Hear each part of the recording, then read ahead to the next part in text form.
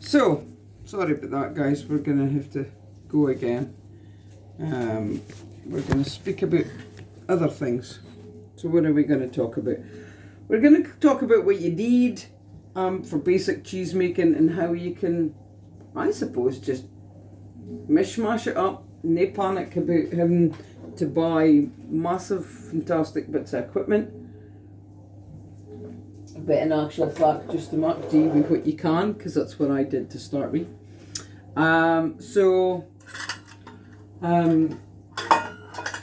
Good things to have is obviously a pan that will sit inside another pan as a double boiler, but it's near the be all and end all. You can put it into the basin, into the sink, hot water in the sink. You can be as fancy, you can get a soufflose or whatever it's called, and you can hit that and that keeps the sink water warm. And I'm going to show you the basics of what I've got. So we've got some measuring spoons, and that's just for measuring out the rennet. The rennet stays in the fridge, as I say. Source some good rennet. Do not buy copycat rennets or things that says it's I'm trying to think what it was called. We bought one and it was for making junket, which is a Scottish kind of curds and whey style thing, and it was awful. You can't make cheese with it, so make sure it's rennet.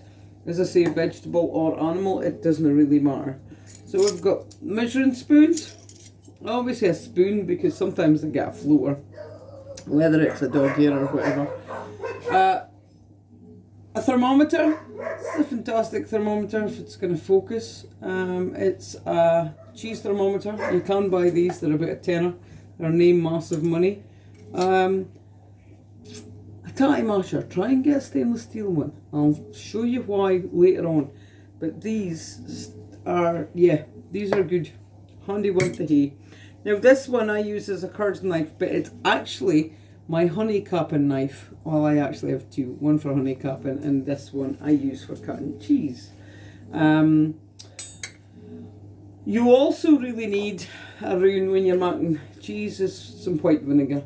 Just standard, good quality, whatever, 50%, whatever, 60% white vinegar. You can use apple cider vinegar. You're going to use it for your hands more than anything, and you can use it for sterilising equipment, because moulds want to grow when you've got vinegar on the go. Ah! Important to know it. Then you're going to need a cheese mould. Right, so there's lots out there, and if you didn't have the money to buy a cheese mould, well, you can get a bucket. And if you get a bucket and you're handy enough, or you ken somebody that's handy enough, you can drill some holes in it, bottom holes, side holes, and you've got to start, okay? You have got to start. If you've got a lid for a bucket, again, cut the lid so it just slips inside. This is a cheese mould bought online. Wasn't this hugely expensive, about 30 quid I think this thing was, and it's got a follower. The one downside I would say about this particular cheese mould is that when you fill it with cheese, it's tight to put a muslin in there to fold it over. It is a huge mould, massive mould, so unless you're making massive amounts of cheese, then you're going to land up with a little bit skinny cheese like so, which it's still cheese, but it looks a bit So bear that in mind when you're making. But you can do a bucket. Use the bucket lid as a follower, which will just sit inside. And then, provided you've got something, you can use a bit of wood. Now this particular bit of wood was a piece of wooden flooring. Its art was a piece of wooden flooring, and I cut a follower, which it just sits on the top there, on top of your other follower for pressing. So this one I cut for my other mould, and I'll show you. This is the mould of moulds, this one. This is actually a whiskey cask. However, it's not a whiskey cask because it's too small to be a whiskey cask. But it is an oak cask for cheese. So, and it's got its very own follower. Now these, if you can source them, that's great. I found it at a bygone sale. it is the bomb because it looks nice. It makes a nice sized cheese. If you were wanting to make something like a soft cheese, like a what's the word I'm looking for? The French ones, the ones with the white mold in it, like a camembert, but not the camembert, the other one. You could make a camembert, but you could use this side, which is kind of cool because, oops, sorry guys, you fell over. It's alright, you'll cope. Yeah, you could use this side and the follower still sits on the top. So that would work, but I've never used it.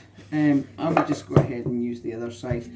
This is there, and I have a second one which goes here, and that's my favoured mould if I'm making not a huge cheese. And it's guesswork because you reckon how much curd you're going to eat after cheese. Right, let's talk presses. Well, there's so many online, so many things that you can do. Cheers, I've got a cup of tea. Fruit tea, because I don't drink English tea. But this is mine, okay? And I have a lot of money. I'm minimal. Unfortunately, I couldn't afford to buy, so I made. Again, we've got a piece of wooden flooring.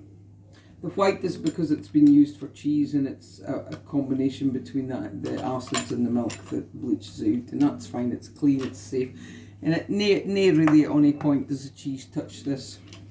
So what I did was, I've got a couple of bits of threaded bar, a couple of nuts underneath, and I drilled a hole, put the threaded bar through, put a nut on. On the top side we've got another nut here and a washer. To be right, I should have put a washer underneath as well, however I didn't. And then we've got another washer sits here on top of another nut.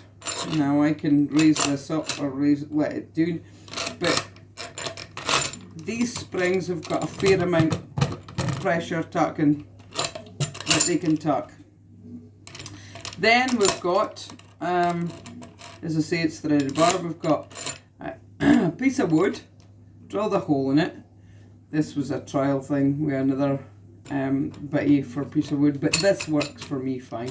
Another piece of oak, across two holes parallel with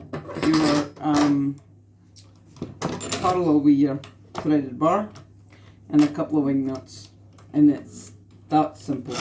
It's nothing fancy. What pressure is it? I have absolutely no idea, but I have made some fantastic cheeses on this press, and I have no reason to run out and spend 100 quid, 50 quid, 80 quid on another, because this works. It is starting to crack at the bottom. It's just got a couple of quite deep cracks, but when it comes to it, I'll just source another piece of wood and I'll just drill a hole, put it back through. So that's my personal mould press. Even it fits both moulds for me, so that's great. The next thing you really need is you need some muslins. So you can buy muslins in most of your supermarkets. Great fun. If you have a dog, then you will get dog hairs on them, and they don't like to come back out. But these are muslins of various sizes. Baby muslins for baby sick, and they work great. When you're using muslins, you are best to scorch them before you use them. However, they don't really hurt a lot. As long as they're clean, you'll be fine. If you don't have the money for a muslin, then you can use, like I said, a net curtain. Now this is a super fine net curtain, works great. It's got bonny pattern, which it does leave that pattern on the cheese. But this works great, as I say, with this other mould, because, and I'll show you why. This mould here is quite difficult, that when you put your cheese in, it doesn't give you much scope for putting your follower in. So even there, you can see that's quite firm, quite a tight fit. Now if I was to, got a bowl here, I'll put up muslin in. If I was to use this, which I have tried to use, It is just too tight to get level. And you can see how it's not actually sitting level there. It doesn't like to sit level. And I find it really difficult to get level because when you're marking your cheese, you're going to fold this cloth in half again, or this way. So in actual fact, it's double. And then the follower really doesn't like getting in there. So I tend to use the muslin net cloth when I'm using my plastic mold, and when I'm using my wooden mold, I use my muslins. I normally have a muslin kicking about. The other thing you'll need, now a lot of folk use a colander. I love this thing. This is your this is off your that stir fry wok thing. It's fantastic for lifting curds. It's really, really good. I just scoop curds and plop them in, and I absolutely adore it. It's one of my favourite things. You could use a slotted spoon, or you could just dunk. But if it's a huge quantity of milk, the problem with that is what a freaking mess you can make. So yeah, your milk. Your milk, curds and whey even, sorry, can be a problem. So we'll also talk about, we're going to talk a wee bit about the contaminations of milk. So I often see on websites and other things that, you know, folk have made a cheese, kept it for 3 months, and then the cut open's got bubbles in it. Now it can be due to the pressing of the milk or the curds and how hard you press them, as well as the temperature of the curds when you press them. If they're cold, they can trap air, and then if you're not pressing hard enough, then you're going to get these little airy holes. Now, you also get airy holes produced by gas. Now, gas can be produced because you've got bread in the room, or natural yeasts coming in your window from apple trees, or from elderflowers and elderberries that produce massive amounts of yeast, as well as most fruits do. So all these things are contaminants. However, if anybody cans milk has a bacteria in it. Now, for cheese to form, the bacteria needs to be active, okay? That's what gives you your flavour. If you buy a culture, which you can buy online, pop it in, it's a bacteria. It's a bacteria. It's the same as making blue cheese. It's a mould, which is a bacteria. It's a blue mould. Penicillium roqueforti is normally used for making blue cheese. These moulds and bacteria are, if you leave them long enough within the cheese, the good bacteria will consume the bad bacteria.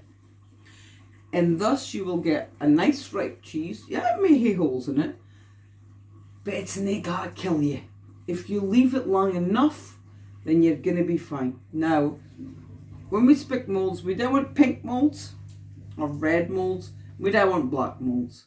But if you get blue mould, it's not the be all and end all. God help, it's going to have to throw out in here somebody that's allergic to penicillin. So it is usable. It is workable. You can debrines, which is a salt solution, which will kill it off. And also white vinegar. Now you can quite often find that because you've touched that cheese, the mould has formed for your hands. The bacteria has come for your hands to the outside of the cheese, and you'll get a blue mould.